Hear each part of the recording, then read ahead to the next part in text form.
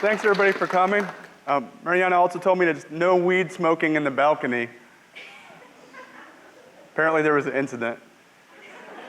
I'm not going to start with the anus. This is just a good conversation starter for when you're coming in.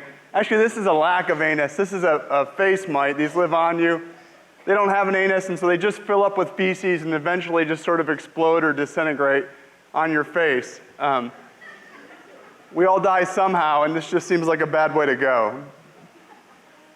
I'm actually going to start in a very different context in thinking about medicine and what we know about our bodies and how we treat our bodies. And recently I gave a talk to a group of seniors and I asked how many people in the audience had a coronary stent. And almost everybody in the audience did. And so superficially, this has nothing to do with ecology and evolution. And if you're thinking about med school, how many people want to be a doctor in the coming years? All right, so it's not a reasonable number. The temptation is to look at something like this and think, I don't need ecology and evolution. Those are those dirty-footed people on the other end of the building. I have to take their class. I'm going to save people like on TV. What I'm going to argue today is, in fact, ecology and evolution has a lot to do with medicine, including things like stents. And this is actually the argument that's buried in this book, The Man Who Touched His Own Heart. This is a book that superficially is about the history of our hearts and what we do and don't know about them and how they work, and the discoveries we've made and how we treat them. That's superficially what it's about. The secret, subversive thing that it's about is it's an introduction to the value of natural history, ecology, and evolution, even to our most central organ and how we think about it. But what I'm going to do is to sort of walk you through how I came to this perspective, how I came from a liberal arts college to the point I am now, an ecologist and evolutionary biologist thinking about medicine. It starts for me with this book that I started writing when I was a postdoc, Every Living Thing. And this is really a book about biological discovery. And it's a book that really started in part when I met this guy. This is Peter Naskrinsky. I met him when he was older. This is him as a small boy in Poland. Those are real lizards. He accidentally introduced this species into Poland where it still lives. True story. He then went on to grad school. I met him in grad school. He graduated before me, went off to a job, and came back to the University of Connecticut. And I was at the point in my graduate career where mostly I thought that what was left to discover was small stuff. And so I was going to add some small things and get my degree and then go and be a professor. But Peter came back with an amazing story about this guy, Oliver Zompro, he's bigger than life here. He's not that big. But he was a graduate student in Germany, and he was working in an insect collection, and he was supposed to be studying stick insects. But he got bored with the stick insects, or it wasn't going super well, and so he went to a drawer in the museum, and he started looking at the messy stuff in the drawer. And we all picture museums as being really well organized. In truth, all museums have drawers that look more like this, full of stuff people have collected around the world, but nobody knows what it is, or it's just not been categorized. And so Oliver looked at one of those drawers, and he found this thing. And if I saw this thing, I would think, well, that's a fossil insect of some kind. I don't know what kind, but somebody probably knows. Oliver looked at it and he thought, that's a new order of life. And so he ran upstairs, and like a new order of life would be like discovering bats, not knowing that bats exist. It's not the kind of thing you do in the basement when you're bored. And so he ran up and he told his advisor, look, I discovered a new order of life. Like, isn't this a big deal? His advisor said, calm down, Oliver. You can't even finish a thesis chapter. How could you discover a new order of life? But they started to look at it, and sure enough, it was a weird kind of insect. It didn't fit with what they knew. And so they asked other people, have you seen this in your collection? And that first thing was a fossil, but when they asked other people sure enough had some specimens that looked like this, but they weren't fossils, they were on pins. And so now Oliver thought, not only have I found a new order of life, but maybe it's living somewhere, and I can go find it and name it, and I'll be in front of the New York Times, and I'll be famous, and then I'll finish my thesis. And the good news was, those specimens that have been collected alive in the past, in the 1940s and 50s, were collected from the Brandberg Massif in Namibia that looks like this. It's a giant hunk of granite in the middle of the desert. And so if these things are going to still be anywhere, they could be there, right? Because who's messing with a giant hunk of granite in the middle of the desert? That was the good news. The bad news is Oliver's a grad student and he's broke, and how is he going to get to a giant hunk of granite in the middle of the desert? There was no Namibia winter term. It's a regionally appropriate joke. And so that's when he found my friend Peter, who at the time worked at Conservation International, and Peter's like, oh my God, I think you have a new order of insects, we should go find it together. And I have enough money so we can even go there and we can rent a helicopter, we can fly to the thing, we can look for it. But then other entomologists started to say, oh my God, you guys have found a new order of insects, I want to go too. And important for this story, not everybody who decided to go was in great physical condition. That will come back. But so they go and they have these pictures of this insect, and they ask people, excuse me, have you seen my little bug? And people do what you're doing now, like, I don't know. And then they get in this helicopter, they take a ton of gear, and they get dropped off and they start to look. And so they look, and they're looking for this bug that they don't quite know what it looks like alive, and it's about this big, and this is where they're looking. And so they look, and they look, and they look, and they start to question the trip, and then they start to question their careers and their marriages, and then that thing they did in college. And it really starts to look kind of hopeless, and then they find one. This beautiful animal alive on a leaf, and they feel heroic. And then they find a second species on this same hunk of granite. And so now they're super excited, and now they can take more pictures, and now all they have to do is hike out, because they couldn't afford a helicopter both ways. And so they start to hike out, but they've got too much stuff, and so they start dropping things. And so they leave the cameras, they leave some of their gear, they start leaving food. And this isn't totally true, but I kind of picture them walking out in their underpants, but like holding these insects on their head, because this was the one thing in this ferocious game of scientific strip poker they weren't leaving. And so Oliver goes home and he names this new thing, and because he was watching Gladiator, the movie, when he first noticed it, he thinks it should be called the Gladiator Insect, which is to say grad students make mistakes too. And then he publishes a paper about it, and because entomologists are weird, this paper consists of pictures of the genitals of this insect. And what he hopes is the newspapers will say, oh my gosh, Oliver, this is amazing what you've done.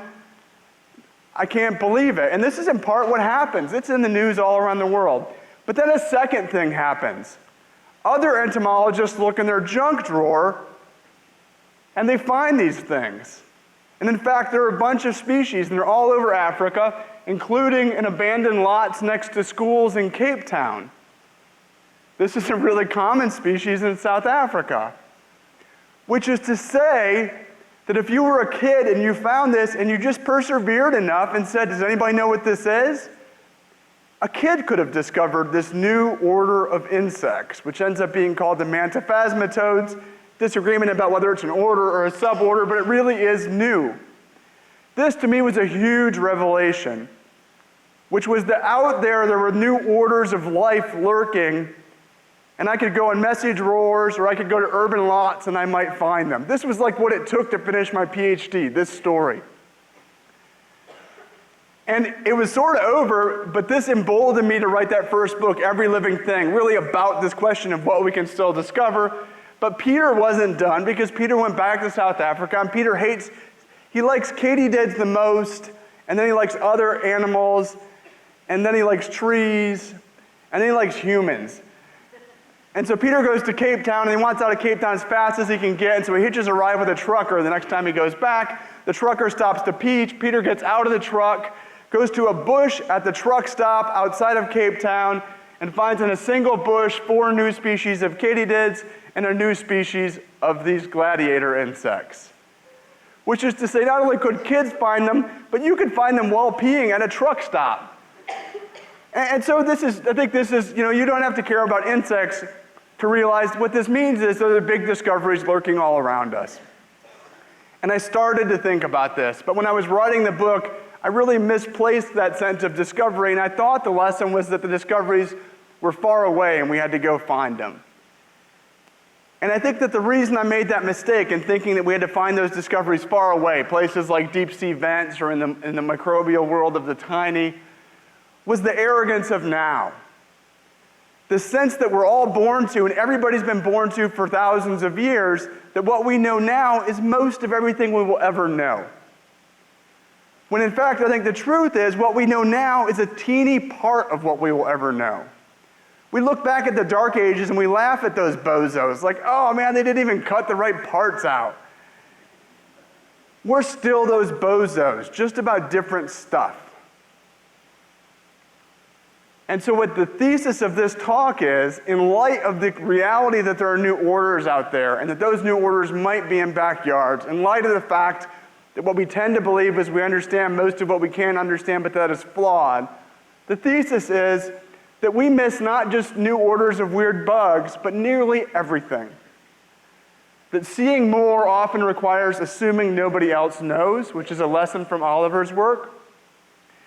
And that in linking these discoveries to humanity, and here's a jump I'm going to convince you of through stories, often requires linking discovery, natural history, ecoevolutionary theory, and insights about human needs.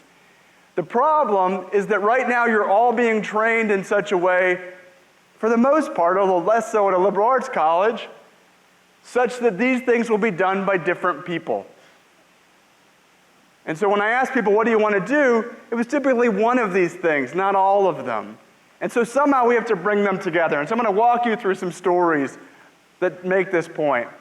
One of them relates to this guy, Akira Endo. Probably in this room, not so many people on statins.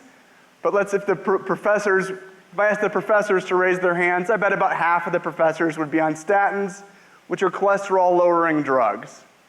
Where do statins come from? Well, if you look at the medical story, they come from medical researchers really attuned to the needs of people who want to lower their cholesterol, who don't go and find something that might work. Turns out that's not true, that they come from this guy, Akira Endo. He grows up in Japan just after the war. He grows up in a time in Japan of great hunger, and so he gathers a lot of his food with his family that includes mushrooms. And in order to gather mushrooms, you have to discern the poisonous ones from the beneficial ones. And so he falls in love with mushrooms, and he falls in love with the idea somehow, and it's impossible to know how, right? How do we figure out the things we figure out? With the idea that maybe he could use insights from the wars of fungi with other species to do useful things in medicine. And part of what's probably on his mind is this guy, Fleming, who we all learn discovered antibiotics because he left his sandwich out too long. Turns out to be a lie. He discovered antibiotics because he hung out with artists who had syphilis. He was treating the artists. They gave him a paint kit. In order to get into their club, he had to do some paintings. He thought, what kind of painting could I do? And so he started to do paintings with bacteria, where he would grow up different bacteria that grew at different rates and had different pigments. In order to do that, he constantly had to be searching for new bacteria. And so he had this constant eye for unusual things. This actually is the Queen of England, which he showed to the Queen of England. And for reasons that are unclear to me, she was not flattered. But so what happens when he discovers antibiotics is in part that he is looking for weird things. And so he sees weird morphology, when he sees this penicillium colony with this ring around it where nothing's growing, he has an eye that's looking for the unusual. And so that's an aside, but it speaks to the liberal arts at the heart of antibiotics. But Akira Endo is thinking about Fleming. He's thinking about this kind of war between fungi and bacteria. And he's thinking about what could you use fungi to do if you think about this war. And so he gets a job, and he knows what he wants to do, but his job asks him to do something else. His job, they say, can you find something that will get rid of the pectin in ciders? And he thinks, oh my gosh, fungi. Fungi will do it. I know they'll do it. And so he goes out and he looks, where would I find fungi that might break down the pectin in ciders? He looks at different fruits. He finds a fungus on grapes that in fact does just this, and in a period of months finds an organism able to do what nobody could do before, and he becomes a hero in the company he works for. And they say, we'll send you to the US now, and you can do whatever you want. He goes to the US. He discovers to his mind that all the Americans are fat and have high cholesterol, and that if he could figure out how to lower their cholesterol, the Americans would think he was really cool. And so he thinks, well, how could I lower cholesterol? What if fungi are producing compounds that fight bacteria by manipulating the ability of the bacteria to produce compounds akin to cholesterol? What if I could find a fungi that, because of its wars with bacteria, actually does what I need it to do and interrupts this pathway? And so he starts to look, and he uses a Japanese fungal collection, and so he uses a curated collection like you find at museums. And so he starts to test them for the ability to inhibit this pathway. And so after 3,000 individual fungal tries, he actually finds one called citrinin that works, which feels like this heroic moment, except it gives rats kidney stones. And not that we care about cholesterol in rats really, but the assumption was this would give humans kidney stones too. Turns out it doesn't, but he didn't know that. And so he starts over. His boss tells him, stop doing this, you're wasting our time. In 1973, he finds compactin from another fungus that works in petri dishes but not in rats.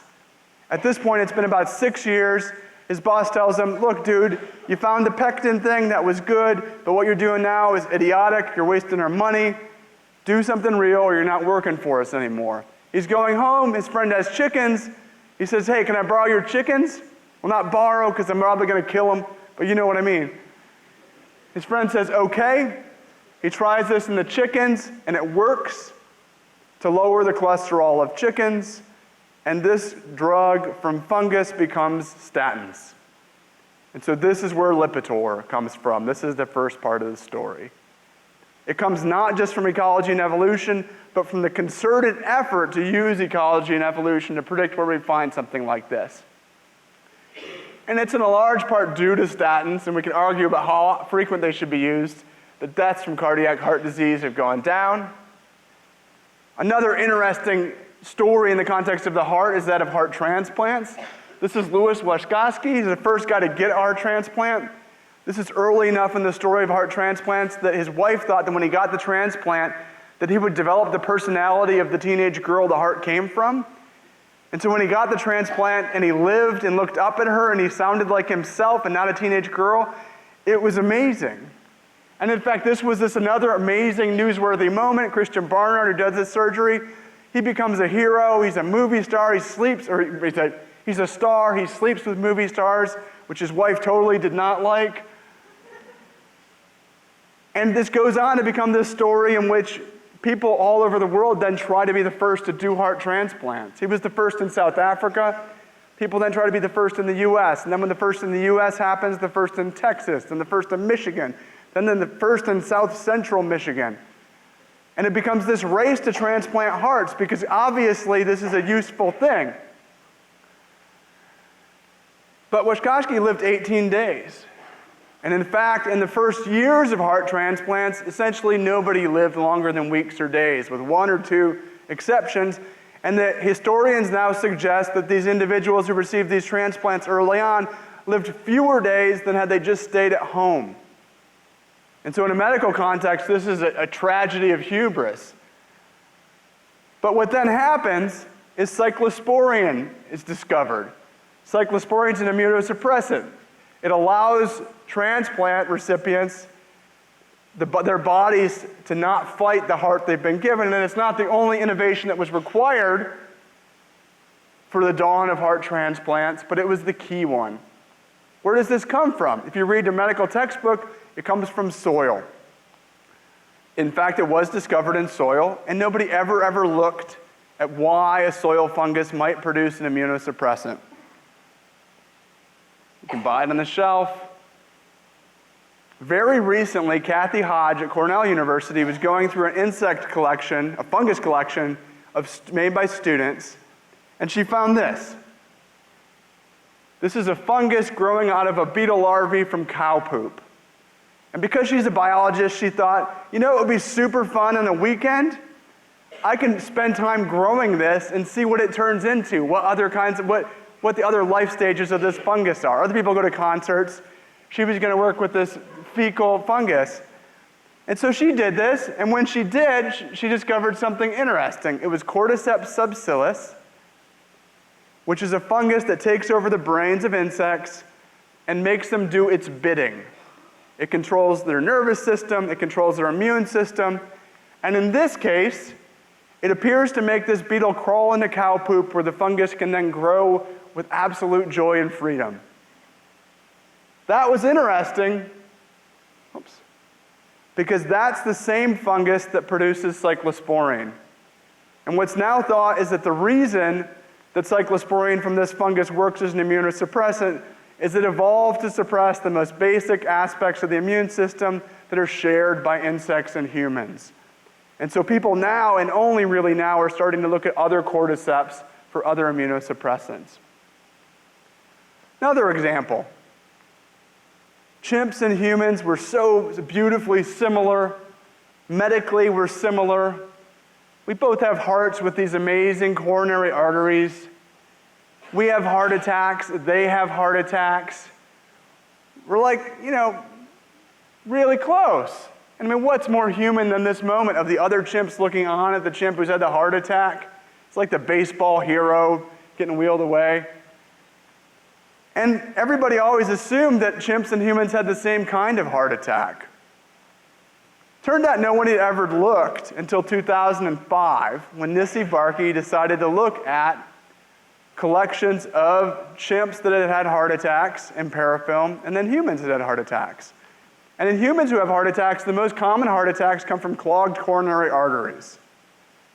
You get plaques in the arteries, they clog, blood stops flowing. Not in the chimps. Every chimp that had had a heart attack that she looked at, there was a cross-linking of fibrosis that caused the heart attack, that prevented the heart from beating in a regular way. This amazing discovery, which, those of you who are undergrads now are almost old enough to have made it. It's so new. Raised two mysteries. First, we now have no idea what causes this in chimpanzees. And second, we have no idea why chimpanzees don't get atherosclerosis. The first thought was that they didn't have cholesterol levels like us. It turns out that they do. And in fact, if a baby chimp went into the hospital and saw a doctor and the doctor wasn't paying attention to the whole hairy thing and weird face, it would be given statins. And so it's not just cholesterol. And so as of very recently, we don't know why this is, which to me is fascinating. How could we not know why chimps don't get the same heart attacks we get? One of the questions then is, if heart attacks of the kind we get are relatively new, how old are they?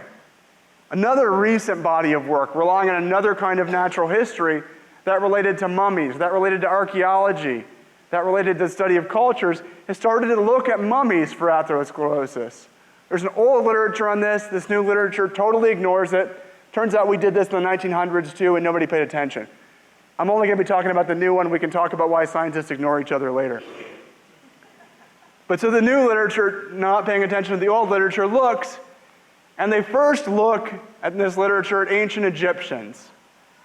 And the Egyptians, sure enough, have atherosclerosis. Not quite as many as guys from New Jersey, but it's common. And in fact, in several cases, it looks as though the cause of death may have been clogged arteries in some of these mummies. The first thought was, well, these ancient Egyptians, it's mostly the fancy people that get mummified, and they're eating the same kind of crap we are. They're being fancy, eating bad food.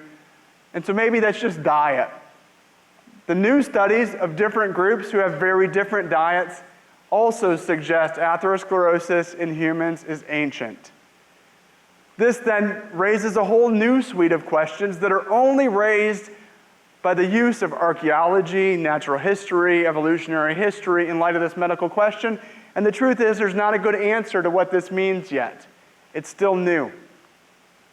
As I was thinking about these stories that emerged in the context of writing about the heart, I started to think back about the stories that emerged when I was writing The Wildlife of Our Bodies.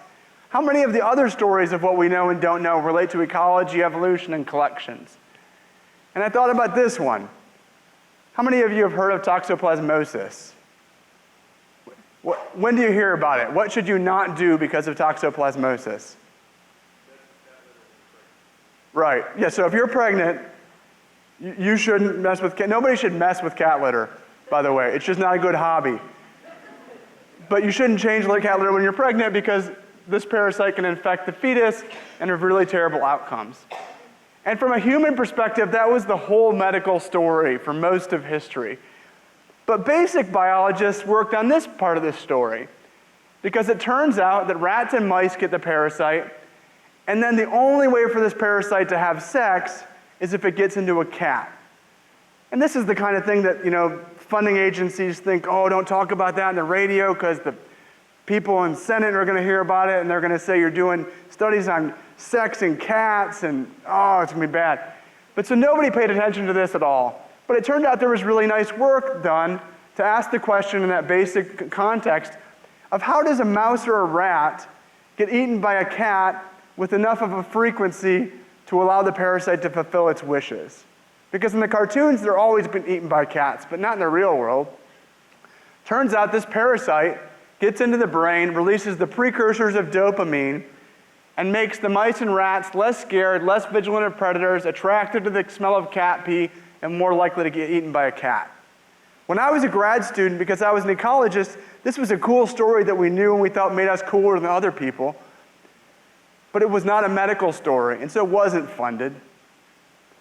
Because of course, we're too smart for a parasite to get in our brain and mess with us in this way. I mean, a rat, yeah, like parasites get in there, make it do dumb things, turns into a zombie.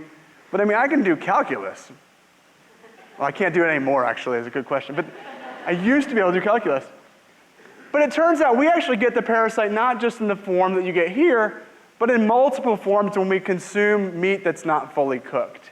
And so at least theoretically, it's possible that like circus performers could be an avenue wherein the parasite could get from meat into us, into a cat, and then have sex. But that's not that common of a lifestyle. And so probably it's not important, except that a small body of research started to suggest that if you looked at people who were infected or not infected by this parasite, that they were fundamentally different. That if you were infected, you had increased activity, decreased reaction times, and altered personality profiles. If I do something like go, "Wah!" how fast you respond is different whether or not you've been infected by this parasite. That was a good one. You're 2.5 times more likely to get into a car accident. And as of right now, whether or not you've been infected by this parasite is the single best predictor of the onset of schizophrenia. And so suddenly it gets quiet, because medically that becomes a more important deal. It also becomes a more important deal because it turns out 80% of the French have been infected by this parasite. It could explain an entire people and their culture. But 50% of this room has also been infected. And the only reason we know to think about this parasite is obscure biologists doing weird things with sex and cats and mice. And now it's suddenly important how we think about this stuff. And so as I wrote about these things and thought about them as the writing side of my life, I started to think more and more about, could we do this more systematically? Could we think about how natural history, ecology, and evolution relate to applied discoveries in a way that would speed up how we make these discoveries? Because for ecologists, we always write the first paragraph of our introduction of every paper is, this is important because one day we're going to discover a drug that cures cancer. And we don't believe it, and we think somebody else was going to do it. That was the knowing laugh of having written that. And so we thought, well, could we actually start to do this systematically? And so I thought, well, if we're going to do it systematically, we want to look to our evolutionary history. We want to look to other societies that have met our own challenges, like leafcutter ants. And we want to look in light of species we encounter every day but overlook. And so this is what we started to do in my lab, to figure out, can I make my writing life useful to my day life? And so the first thing we did was look to evolutionary history, and we started in doing this in a project about engaging the public. We had people sample their belly buttons, and then we would culture the microbes on those swabs, which some of you in here have done. Show of hands if you've swabbed your belly button. Is that just recreational or that's a class? All right, good. And so we did this, right? But it was really just to get people to think about, okay, there's a layer of life on your skin. This is the thing that you smell when you find somebody you love or don't love. It's what signals your healthiness, probably. It's the first line of defense against pathogens. It makes you attractive or not attractive to mosquitoes. But here is a token of that complexity, is a petri dish with the stuff that grew out of your belly hole. That's where we started. But then once we started doing that and looked at these petri dishes, they were super different one to another, and it turned out nobody knew what governed why one person and another person had different skin microbes. And then we started to get interested. And so we worked with artists to help us think about it. This is Joanna Risu. This is her portrait as a function of her microbes. She worked with us in Times Square, and she had people talk to their belly button microbes. Super fun. They said funny things. And then we started thinking about, as we study this, how might it matter? Because I'm just interested in the evolution of our skin microbes, their basic biology, but what if there was a way they mattered? And I knew that mosquitoes, the final decision about whether or not to bite you is based on the volatiles produced by these microbes. And so what if we could figure out what determines which microbes you have, and then favor ones that make you smell bad to mosquitoes? And hope that doesn't mean they make you smell bad to lovers too, right? Trade-offs. And so we did this. The first thing we did was just to figure out, well, what lives on the skin of primates? Turns out nobody had studied that. And so we looked at, this is with Julie Horvath Roth at the Museum of Natural Sciences. We looked at humans, chimps, gorillas, baboons, rhesus macaques, and a lot of interesting things here. Baboons and rhesus macaques, super diverse on their skin, covered pretty much a lot with feces. Gorillas and chimps, lots of this really slow-growing Corynebacterium. And then humans have tons of Staphylococcus, which we think of as medically normal. If you go in to be a doctor, when you get trained, you'll be told Staph epidermidis is the normal skin microbe. I think it's not totally true. You'll get trained that way anyway. If you forget my talk, yeah, so it'll be okay. You'll just do the wrong procedure.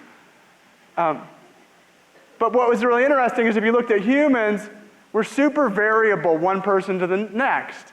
And we couldn't figure out why that was. And it was true for armpits, which is what those data are. It was true for belly buttons. And so we started to think, well, what do we do? What did one person do different than another? Well, what about antiperspirant use? Antiperspirants actually mess with the glands in your armpit that feed bacteria. And sure enough, if we look at people who use and don't use deodorant and antiperspirant, that they have different microbes. And in fact, antiperspirant people and deodorant users have way more Staphylococcus, which is what would make us look different from chimps and gorillas. People who don't have way more Corynebacterium, which is what chimps and gorillas look like. So it now looks like antiperspirants and deodorants, and I can talk more about this, are favoring species that include pathogens and make us attractive to mosquitoes, and disfavoring the microbe that we've been associated with for tens of millions of years. That's all we know right now. Suddenly that seems interesting because we're doing probably the exact opposite of what we want to do, and there's a lot of room for doing interesting application, but we can't do it on our own, so we've now teamed up with mosquito people, we've teamed up with industry people who want to do that next step to see if we can do it. Another example, you all have face mites on your heads. We didn't know that until a couple of years ago because nobody studies these, not since the 1960s. When there was a lot of work on them, and it kind of trickled off, and basically no molecular work. I found out about these when I was a grad student, and I wanted to study them badly, and these mites in my life did not reconnect for many years. But I bet, when I was a grad student, that if we just sampled a room full of people, we'd find new species of these mites, because they're so poorly studied. This is their front end, here's their back end, they get in your hair follicles. We estimate tens of thousands on the average person. And sure enough, we started to study these, and we're now finding lots of new species and lineages on humans. This is a lineage we find in tropical Asian hosts that appears to be 2 million years divergent from the most common lineage from white guys from New Jersey on people's heads. The other mite species that's on people's heads, which we thought was the closest relative of the one we have, 100 million years divergent. And so suddenly crazy stuff's going on here, but why does this matter? Well, it turns out we have lots of skin problems that are autoimmune. And we started to think, and we'll have tens of thousands of these mites on our face. How are they living on our face and doing so well? What if they're producing immunosuppressants? They almost must be, because most of the time, except in these weird cases, we don't generate immune responses. And so now we're working with people who do immune work to figure out, can we find useful immunosuppressants from these mites living on your head right now, exploding when they fill up with feces, having sex over your eyebrows, and mostly going unstudied. And so we're doing that. A bonus art lesson is we've known for 100 years that these chew at the cells in your hair follicles. And we work with kids a lot. And so we thought, well, we need better pictures of these mites that are chewing at your cells in your hair follicles. And so we went and we got SEMs of their toes. Aren't they cute? Of their anus, which doesn't have a hole, not there. And then we got a picture of their face where we were going to see the chewing mouth parts, except that they don't have them. 100 years we thought they were chewing at your cells. Nobody looked at their face. And so all we know now is they've got a sucking mouth part, and that's where we are. And so we're looking to our evolutionary history. We're looking to other societies and species that have met our challenges. We're also looking to things like this kind of society, this sub-social society. These are carrion beetles. One of the first things I ever studied. They roll up dead things and balls and put their babies in it. I mean, it's real love. One of the weird things about this that carrion beetle people know is you can bring this into your office and it doesn't smell any worse than you do, which is weird. Which almost certainly means they're producing antimicrobials that are controlling what's going on in this ball. And so now we're looking to see, can we find useful antibiotic-producing microbes associated with these carrion beetles? Maybe not, maybe. It's pretty fun. We're also looking in light of species we encounter every day but overlook. We're thinking about houses. Houses are amazing. We've gone through these huge transitions in a short time. And what's neat about our current moment is that those of you in college, you grew up in a digital age when we all had phones in our pockets. And so we now live in a world where we can take pictures and see our houses in really different ways than we used to. And so we can do things like ask people one day, do you have these in your house? And people can go and they can look, which is what they did. It's a camel cricket. And this is the map we got in one day from the responses. Red dots are where they were. White dots are people who said they didn't have them. This is a max ent model. Somebody in the lab got geeky. Who's doing max ent? Don't just take it with a grain of salt. But this was totally wrong because these crickets live here too. And so we thought all these citizen scientists, they don't know anything. They're looking at rats and thinking they're camel crickets. And so we had, send us a picture, we said. And instead of the camel cricket we thought we got this giant Japanese cricket that's moved basement to basement unnoticed by scientists and is now in most basements in eastern North America. And nobody knew. And so then we told people, isn't that cool? And people said, no, not really, because I still hate it. And so, well, what good is it? What good is it? And biologists hate that question. But I thought, okay, what good is it? And so I thought, well, what does it do? It breaks down really hard to eat compounds, and it eats really crappy food. I wonder if it has microbes that we could use industrially. And so we teamed up with people who work on paper pulp, who try to get rid of the waste product at the end of the paper pulp process, which is lignin and nasty chemicals. And so we thought, let's just screen and see if this camel cricket has microbes that can do that. When we started this project, there were 7 species of bacteria on Earth that could break down lignin. We found 4 new species in 1 camel cricket. Well, that's a pretty good thing it can do, but people still squish them. And so now we've expanded to think about more insects. We now work with kids to sample homes. We do lots and lots of studies. We find thousands of species of insects in homes of diverse groups, including this spitting spider that doesn't appear to live outside in the US. We don't really know where it's from. It spits a ball of silk on its prey. Smallest cricket in the world. It's in my house. I don't know why. We also figured out you could look at microbes in these houses. We have people swab their houses. This is a map of composition. Points that are closer together are more similar. And so you can see that like people's kitchens clump together. This is a guy who has like hot dog on his TV. This is sort of outdoor microbes that are on your door sill. This is what I mentioned earlier today. Nobody likes it. We can't tell pillowcases and toilet seats apart microbially. We can tell men's from women's because of vaginal microbes, but we can't tell the two apart. That's your world. And so we thought, well, let's do more of this. We've now worked with people to sample 1,500 houses. And so now, on the basis of swabs of dust from homes, we have data on the distribution of 180,000 species from 1,500 houses. Here's a bee pathogen that's not in North America. It is. Here's brewer's yeast. Circles are where it is. X is where it's not. It doesn't go through the air, so it's interesting. Here's a bacteria we use to make sourdough bread. It comes from rat feces. And so we're starting to study this composition around us, doing basic biology. We're studying terroir, it's the set of special characteristics of geography, geology, climate, a certain place that interact with genetics and give everything its flavor. I think we're studying the terroir of our own lives, right? And we're thinking about this in a global context. I went to a liberal arts college that made me travel too much. We're thinking about it relative to chimps. But then one night we got the call again. Who cares? This time it came from the CIA. The CIA called me at 11:30 when I was doing laundry and said, do you think that you could tell where one of your samples was from based on what was in it? And I was like, is this really the CIA? Because I'm doing laundry. I'm like, yeah, it's really us. They called themselves us. And so I didn't know, and so I thought, well, okay, we'll try. And it turns out we can. That we can tell where a sample of fungal DNA comes from within 100 kilometers based on which species are in it. This was just on CSI, one of them.